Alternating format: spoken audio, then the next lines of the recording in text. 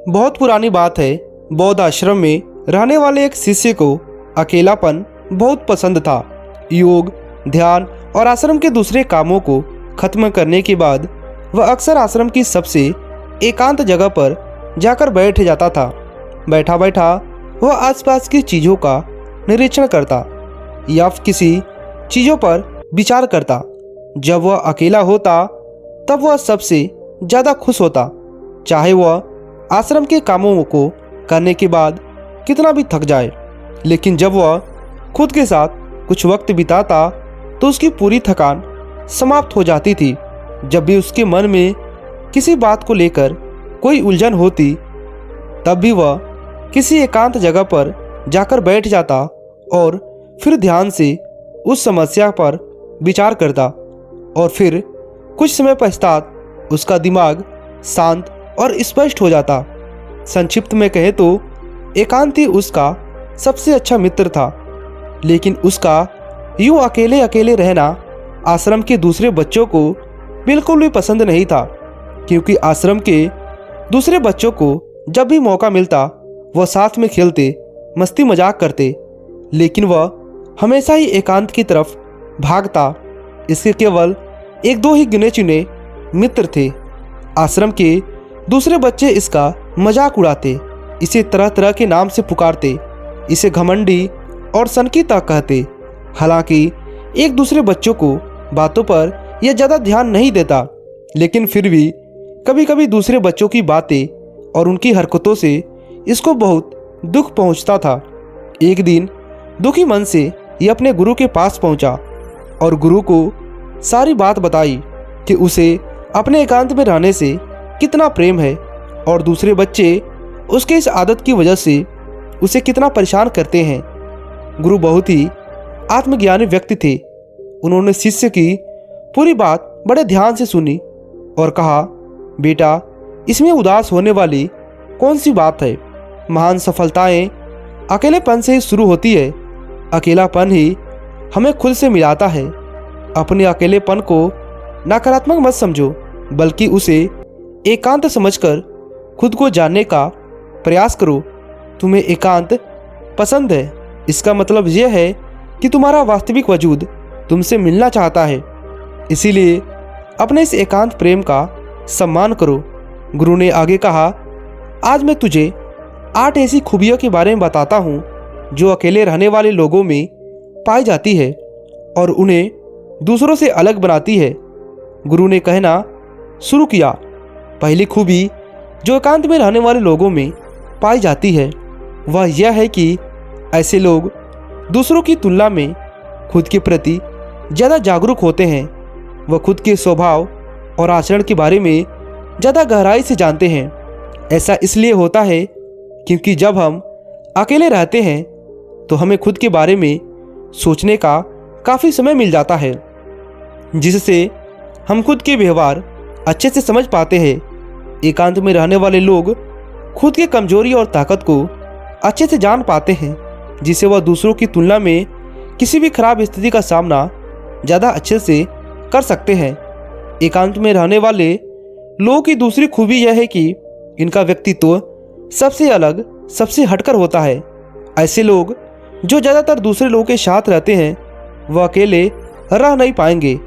वह कितनी भी कोशिश कर ले, जाने अनजाने में दूसरों व्यक्तियों का कुछ हिस्सा बन के उनके अंदर आ ही जाता है।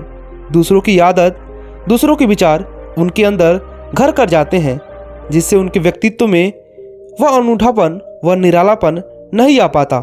उनका व्यक्तित्व कभी सारे लोगों के व्यक्तित्व का मिश्रण होता है, पर क्योंकि एकांत में रहने वाले लोग अपना ज़्यादातर समय अपने साथ ही बिताते हैं, इसीलिए यह दूसरों की बातों और विचारों से बहुत ही कम प्रभावित होते हैं। इनके अपने जीवन को जीने के खुद के बनाए नियम और कार्य होते हैं जिनका यह पालन करते हैं। यह किसी से भी अपनी आसानी से प्रभावित नहीं होते हैं। इसलिए ऐसे लोगों की खासियत सबसे हटकर सबसे अलग होती है।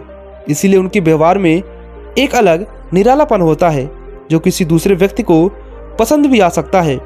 और यही नहीं, गुरु ने आगे कहा, अकेले रहने वाले लोगों की तीसरी खूबी है कि वह सकारात्मक सोच वाले लोग होते हैं। देखो, जब बहुत से लोग साथ होते हैं तो वहाँ एक दूसरे से तुलना, जलन, घमंड जैसे कई विचारों को अपने आप में आने लगते हैं और फिर इंसान इन विचारों में फंसकर उल्टे सीधे काम करने लगता है। हालांकि ऐसा नहीं है कि एकांत में रहने वाले लोगों के मन में यह सब विचार नहीं आते हैं, लेकिन क्योंकि वो अकेले हैं इसलिए दूसरों की तुलना में जलन, घमंड जैसे विचार उनके मन में बहुत ही कम आते हैं। साथ ही अकेले रहने वाले लोगों के उन्हें खुद के बारे में सोचने में ज़्यादा समय मिलता है, जिससे वह अपने नकारात्मक विचारों को पहचान कर उन्हें कम कर सकते हैं, जिसके कारण ऐसे एकांत में रहने वाले लोग ज़्यादातर सकारात्मक होते हैं। अकेले रहने वाले लोगों की चौथी खासियत यह है कि यह लोग ज़्यादा अनुशासित और आत्मनिर्भर होते हैं, क्योंकि अकेले रहने वाले लोगों को आपने ज़्यादातर कम ही खुद की करने को देखा होगा, इसलिए ये दूसरों की तुलना में ज़्यादा आत्मनिर्भर होते हैं। साथ ही ऐसे लोगों को दूसरों का काम पसंद नहीं आता है, यह अपना काम खुद करने पर ही भरोसा करते हैं। साथ ही यह लोग कोशिश भी करते हैं कि दूसरों से कम सहायता लेनी पड़े, और क्योंकि ऐसे लोग आत्मनिर्भर और अपने काम को लेकर स्पष्ट होते हैं, इसीलिए ऐसे लोग अनुशासित भी होते हैं। ये अपने समय की कदर करते हैं और दूसरों के समय को बर्बाद नहीं करते।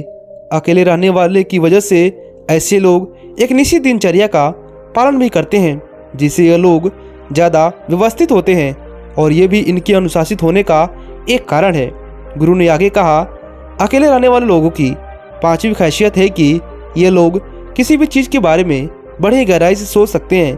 किसी भी चीज़ के बारे में बड़ी बारीकी और गहराई में जाकर सोचना अकेले रहने वाले लोगों की बड़ी खासियत है। इसलिए जितने भी लेखक और कवि बड़े बड़े कृतियों के रचयिता हुए हैं, उन सभी को एकांत में रहना पसंद था, क्योंकि जब कोई व्यक्ति एकांत में होता है तो अपने अंदर की आवाज़ सुन पाता है। जितने भी बड़े आविष्कार हुए हैं उन सब की शुरुआत एकांत में ही हुई थी, क्योंकि एकांत में रहकर ही किसी भी चीज़ के बारे में बारीकी से सोचा और समझा जा सकता है। छठवीं खासियत, अकेले रहने वाले लोग बहुत ही कलात्मक होते हैं, क्योंकि अकेले रहने वाले व्यक्ति किसी भी चीज़ के बारे में बहुत ही गहराई से सोच सकते हैं, इसीलिए ऐसे लोग बहुत ही कलात्मक होते हैं। साथ ही अकेले रहने की वजह से उनके पास बहुत सा समय भी होता है और ज़्यादा देर तक अपने काम में ध्यान केंद्रित करने में सक्षम भी होते हैं, जिस कारण से इन लोगों की जिस भी काम में रुचि होती है, यह लोग उस काम को बहुत ही आगे तक ले जाते हैं, क्योंकि उनके पास उनके ध्यान को भटाने वाला कोई नहीं होता है। इसीलिए जब तक चाहे अपने काम में खोए रहते हैं। यही कारण है कि ऐसे लोग बहुत ही रचनात्मक और कलात्मक होते हैं। दुनिया में जितने भी महान उपाधि करने वाले लोग, उनमें से ज़्यादातर लोग ऐसे हैं जिन्हें एकांत में रहना पसंद है, क्योंकि एकांत ही सृजन का स्रोत है, एकांत ही उन्नति है, एकांत में ध्यान है।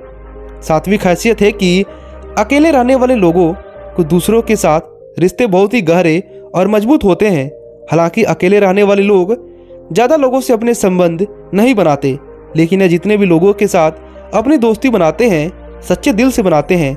ऐसे लोगों के बहुत ही कम दोस्त होते हैं, लेकिन जितने भी होते हैं यह उनसे अपनी दोस्ती पूरी ईमानदारी के साथ निभाने की कोशिश करते हैं।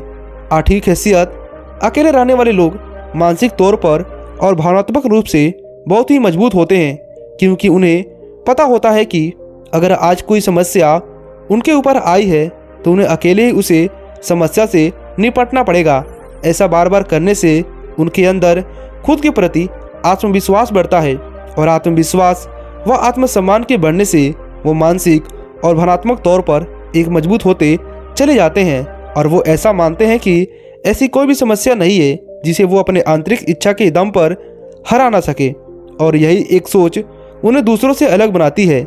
इतना कहने के बाद गुरु चुप हो गए। शिष्य ने कहा, गुरुजी, आपकी सारी बातें ठीक है, लेकिन यह कब कहा जा सकता है कि अकेलापन एक वरदान है? यह सुन गुरु ने कहा, अकेलापन हमेशा से ही एक वरदान रहा है। अगर हम उस समस्या को पूरी सकारात्मक के साथ उपयोग कर पाएँ तो, क्योंकि जब हम दुनिया के लोगों के साथ होते हैं तब हम भीड़ का हिस्सा होते हैं, लेकिन जब हम अकेले होते हैं तब हम खुद के साथ होते हैं, और जब हम खुद के साथ होते हैं तभी हम अपने समय के सदुपयोग का, खुद का आकलन, खुद के शौक सभी पर ध्यान दे सकते हैं, अपने कमजोरी पर काबू पा सकते हैं, या ऐसा कह सकते हैं कि सच में अच्छाई की राह और इंसानियत की मंजिल भी पा सकते हैं। गुरु के मुख से ऐसी बातें सुनकर अब शिष्य के मन में भी एकांत में रहने वाले आदत को लेकर कोई मलाल, कोई संशय नहीं रहा, बल्कि उसे तो अपनी इस आदत पर गर्व महसूस हो रहा था। इसके बाद वह शिष्य उस गुरु को प्रणाम किया और वापस चला गया। तो दोस्तों, कैसा लगा आपको हमारा यह वीडियो? नीचे कमेंट कर जरूर बताइएगा, और हमारी इस मेहनत का इनाम आप हमें ज़रूर दीजिएगा। इसके लिए आपको पैसे नहीं देने हैं, बल्कि आपको हमारे इस चैनल को सब्सक्राइब कर देना है। नमो बुद्धाय।